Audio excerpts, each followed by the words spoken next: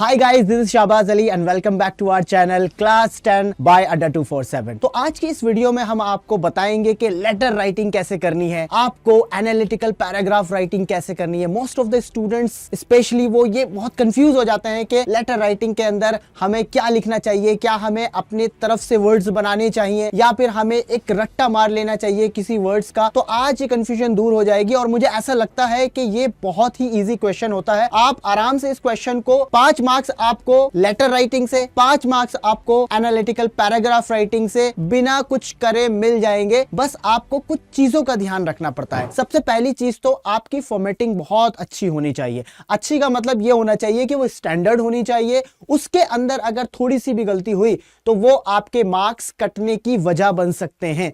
तो फॉर्मेटिंग के अंदर तो कभी मिस्टेक नहीं करनी चाहिए। उसकी बात तो इतनी है कि उस फॉर्मेट को घोल कर पी लेना चाहिए, रट लेना चाहिए। और आज मैं आपको पूरी स्टैंडर्ड तरीके से फॉर्मेटिंग बताऊंगा।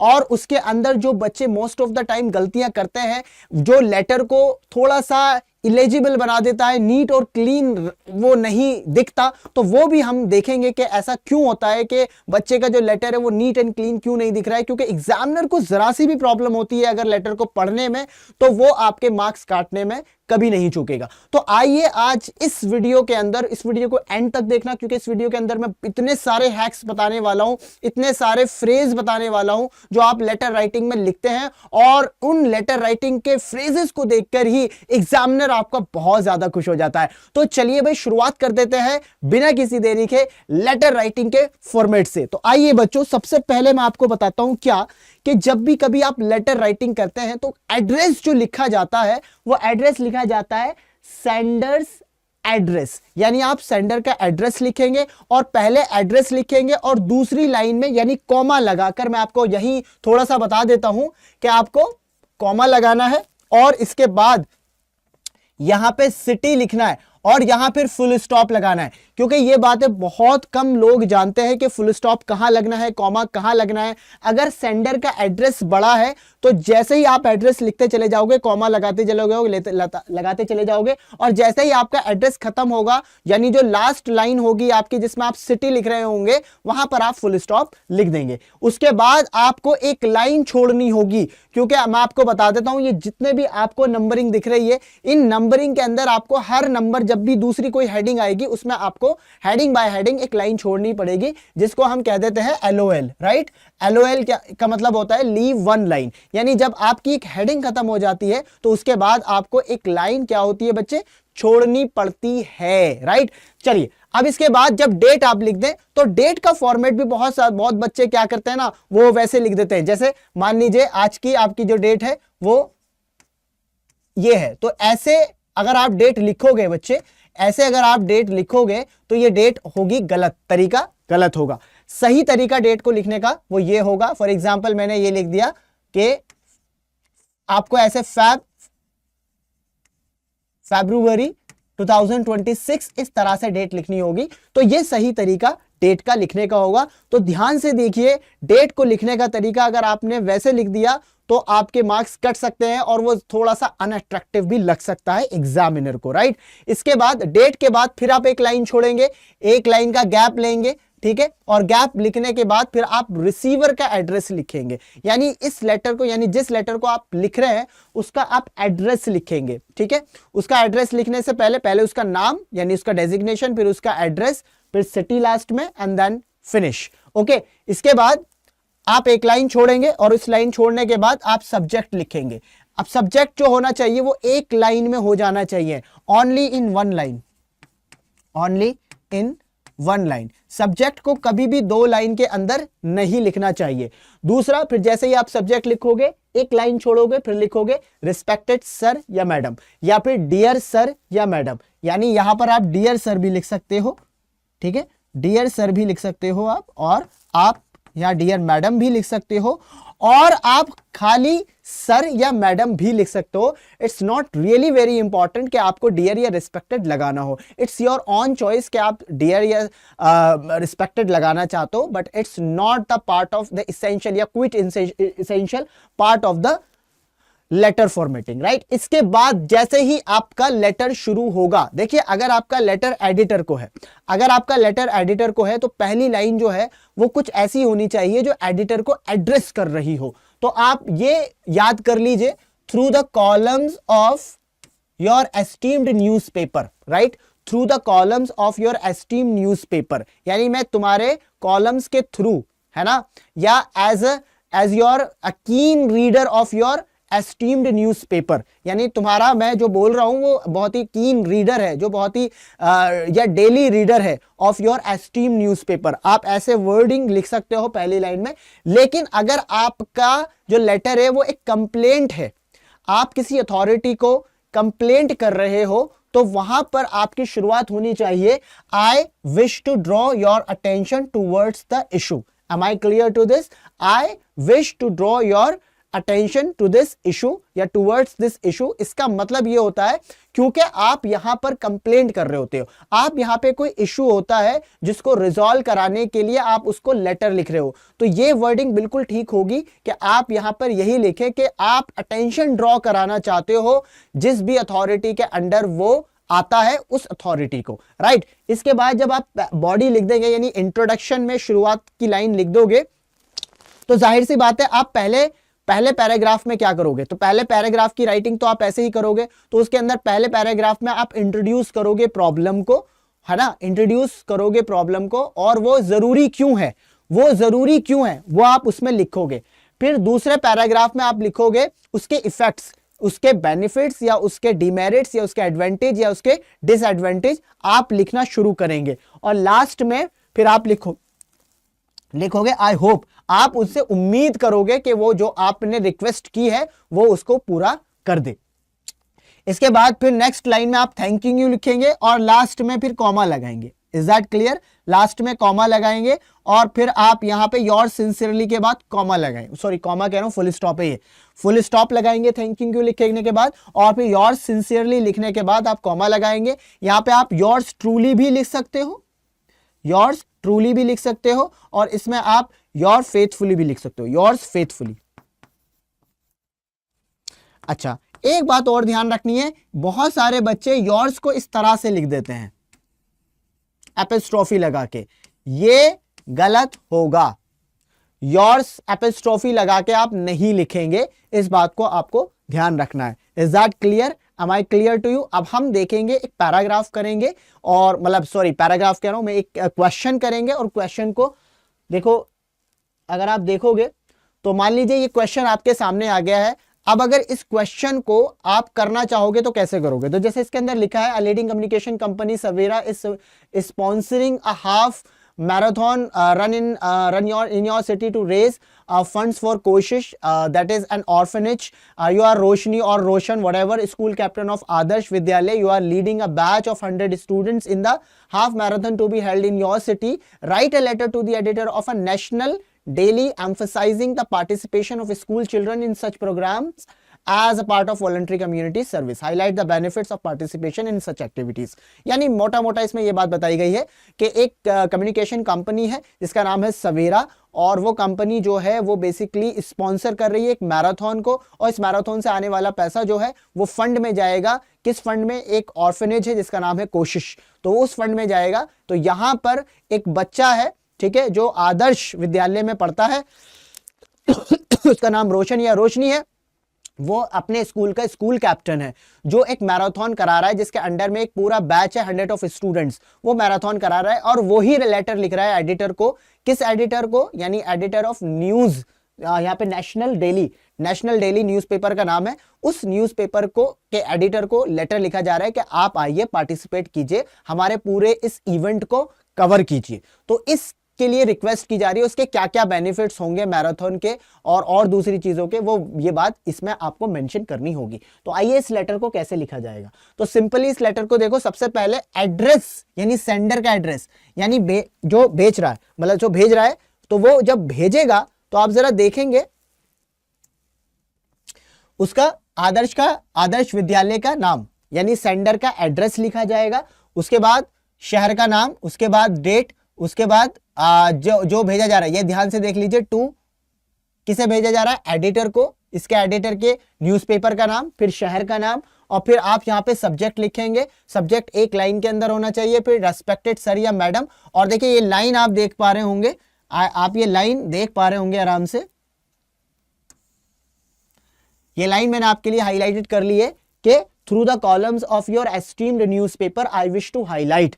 ठीक है, जब आप ये पूरा पैराग्राफ लिखेंगे तो लास्ट में आपको लिखना होगा I hope this initiative inspires more school to encourage voluntary services. फिर लास्ट में योर सिंसियरली नाम, और अगर आपका डेजिग्नेशन है, अगर आप अवेयर सिटीजन की तरह किसी को कंप्लेंट कर रहे हो तो वहां पर आपको अपना डेजिग्नेशन नहीं लिखना होता। But if you are on a position, तो आप जैसे ये रोशन है, ये स्कूल का कैप्टन है, इसके अंडर में एक 100 स्टूडेंट्स ऑफ बैच चलता है, तो ऑब्वियसली इसका एक डेजिग्नेशन है, तो आप जरूर उस डेजिग्नेशन को लिखेंगे। Is that clear? तो होप आपको ये बात समझ में आई होगी। ठीक है, अब नेक्स्ट चलते हैं पैराग्राफ राइटिंग, यानी एनालिटिकल पैराग्राफ राइटिंग।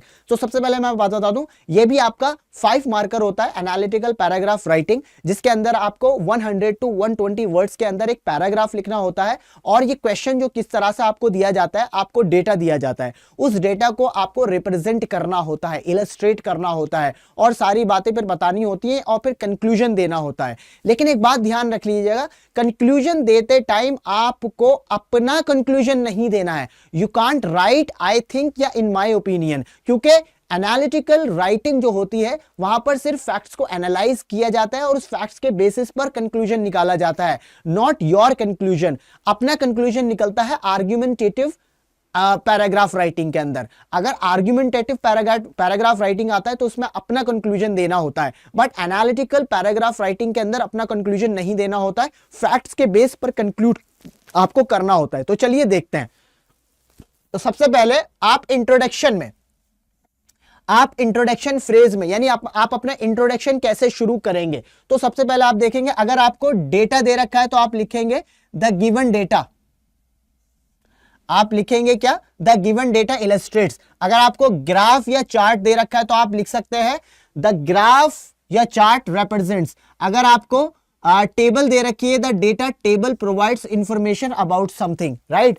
तो ये आप यहां से शुरुआत कर सकते हैं पैराग्राफ की। इसके बाद अगर कुछ डेटा कंपेयर करना है तो कंपेयर करने के लिए वर्ड याद कर लीजिए, जैसे in contrast to. In contrast to का मतलब होता है इन अगेंस्ट टू, के इसके अगेंस्ट में क्या है। इसी तरह से वेयरएज भी कंपैरिजन, यानी जब आप किसी डेटा को किसी डेटा से कंपेयर कर रहे हैं। ऑन दी अदर हैंड जैसा हम बोलते हैं कंपेयर टू, सिमिलरली या लाइकवाइज। इसी तरह से कुछ ट्रेंडी वर्ड याद कर लीजिए, जैसे अगर कोई चीज बढ़ रही है, डेटा कुछ बढ़ रहा है तो आप बोल सकते हैं ग्रेजुअल राइज और डिक्लाइन। अगर बहुत तेज बढ़ रही है तो आप लिख सकते हैं अ शार्प इंक्रीज। अगर वो स्टेबल है तो आप लिखेंगे रिमेन्स स्टेबल। और अगर वो फ्लैक्चुएट कर रही है, यानी कभी घट रही है कभी बढ़ रही है, तो आप कह सकते हैं फ्लैक्चुएट स्लाइटली या व्हाटएवर। ठीक है, इसके बाद आप डेटा डिस्क्रिप्शन अगर देखें, अकाउंट्स फॉर कॉन्स्टिट्यूट्स, अगर आप डेटा बता रहे हैं रजिस्टर्स, पीक्स एट और ड्रॉप्स टू, यानी this data accounts for this percentage. अगर आप डेटा बताने वाले हो तो इन वर्ड्स को देख लीजिए, ये वर्ड्स आप यूज कर सकते हैं। ठीक है, कंक्लूजन फ्रेज में क्या लिखेंगे? Overall it can be concluded that. लेकिन ये कंक्लूजन आपका नहीं होगा, ये conclusion on the basis of facts होगा, राइट। फिर आप इसको या ऐसे लिख दें टू सम अप, या फिर ऐसे लिख दें द डेटा क्लियरली इंडिकेट्स। तो ये सारे के सारे वर्ड्स आप कैसे लिखेंगे बच्चे? ये सारे के सारे वर्ड आप लिखेंगे जब आप कंक्लूड कर रहे होंगे और on the basis of facts given, right. आप ये नहीं लिख सकते नो ओपिनियंस और रीजंस, कोई अपना ओपिनियन कोई रीजन आप नहीं देंगे, ओनली डेटा बेस्ड फैक्ट्स होगा। तो अवॉइड आई थिंक या इन माय ओपिनियन।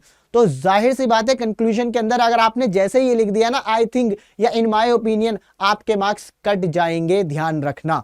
तो चलिए इसका एक क्वेश्चन देख लेते हैं। तो देखिए क्वेश्चन क्या कह रहा है, एक बार पढ़ लेते हैं। Study the table given below which shows the data on the hobbies of students during summer vacations. Right an analytical paragraph in about 120 words analysing what hobbies do boys and girls choose in their summer vacations। Okay, यानी boys and girls अपने summer vacation पे कौन कौन से hobbies को choose करते हैं। तो आप देखेंगे सिंगिंग और photography, playing, dancing and yoga. Boys ये रहे और गर्ल्स ये रहे इनके डेटा। तो इनको हम एनालाइज करेंगे, एनालिटिकल लिखेंगे और फिर इसे लिखना शुरू करेंगे। जैसे शुरुआत देखियो कैसे की है। द गिवन टेबल रिप्रेजेंट्स, देखो क्योंकि आपने आपको टेबल दे रखा, तो देखिए सेंटेंस की शुरुआत किस तरह से हुई है। अच्छा, एक बात और ध्यान रखना, जब हम पैराग्राफ एनालिटिकल पैराग्राफ राइटिंग करते हैं तो उसके अंदर एक बात ध्यान रखना कि जो क्वेश्चन होता है ना, क्वेश्चन क्या जो सेंटेंस की हमें शुरुआत करनी है वो एक्चुअली क्वेश्चन ही होता है पूरा, तो हमें पूरा का पूरा क्वेश्चन लिख देना है। जैसे the given table represents data on the hobbies chosen bye boys and girls during their summer vacations.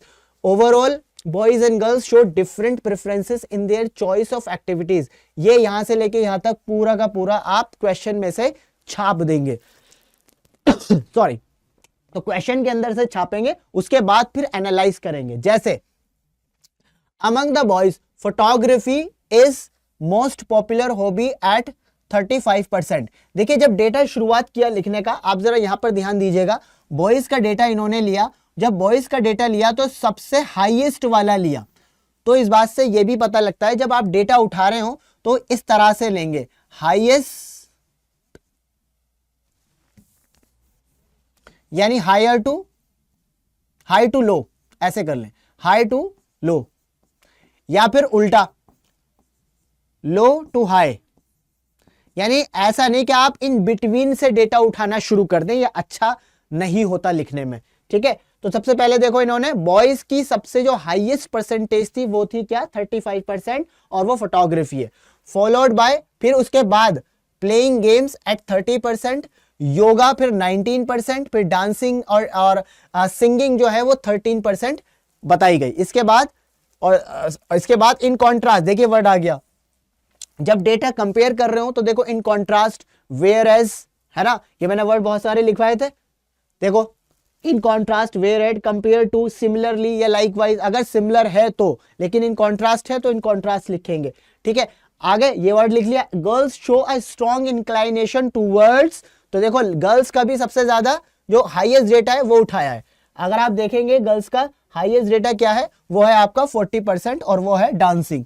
तो डांसिंग के अंदर हायर प्रोबेबिलिटी ज्यादा है ना, तो डांसिंग के अंदर प्रोबेबिलिटी ज्यादा है तो वही डेटा उठाया। फॉलोड बाय फिर सिंगिंग, और उसके बाद प्लेइंग गेम्स, योगा 16 एंड 15%, ठीक है। Whereas photography is the least preferred among girls at just 5%, ये नहीं, ये इससे कंपेयर किया, फोटोग्राफी जो बॉयज के अंदर सबसे ज्यादा थी, गर्ल्स के अंदर सबसे कम है। Overall the data clearly indicates that, अब देखिए वही लाइन जो मैंने आपको बताई थी वही लाइन आपको चेपनी है, ये रहा, overall it can be concluded, या टू सम अप, या द डेटा क्लियरली इंडिकेट्स, तो लास्ट लाइन में आप ये लिखेंगे ताकि आपके पूरे मार्क्स मिले। The boys prefer outdoor and skill based hobbies, यानी अगर आप देखेंगे जो लड़के हैं वो ज्यादातर कैसी हॉबीज देख रहे हैं, जो आउटडोर है। तो अगर आप देखेंगे तो देखो सबसे ज्यादा 35% ये फोटोग्राफी है, आउटडोर है, फिर 30% है ये प्लेइंग है, ये भी आउटडोर है, और जो सिंगिंग है, योगा है और डांसिंग है इनमें कम है। लेकिन while girls lean more towards performing arts during summer vacation, लेकिन लड़कियों का जो इंक्लाइनेशन है वो किसकी तरफ है, ये कंक्लूजन निकाल रहे हो आप, लेकिन on the basis of facts. तो ज्यादा सबसे ज्यादा किसके ऊपर है, आप देखेंगे 40% डांसिंग पर है, फिर इससे कम है 25% आपका सिंगिंग एंड डांसिंग। तो ये क्या है, ये परफॉर्मिंग आर्ट्स है। तो कह सकते हैं हम कि बॉयज जो है वो आउटडोर वाले गेम्स, आउटडोर वाले एक्टिविटीज ज्यादा कर रहे हैं, और लड़कियां जो है वो परफॉर्मिंग एक्टिविटीज ज्यादा कर रही हैं। तो ये था आपका एनालिटिकल पैराग्राफ राइटिंग और लेटर राइटिंग। आई होप आपको समझ में बहुत अच्छे से आया होगा और आपको पूरे के पूरे 5 मार्क्स मिलेंगे। तो अगर आपको अब भी कोई कंक्लूजन निकालना है या आपको कोई कंफ्यूजन हो रही है तो let me know in the comment box. Okay, तब तक के लिए थैंक यू सो मच।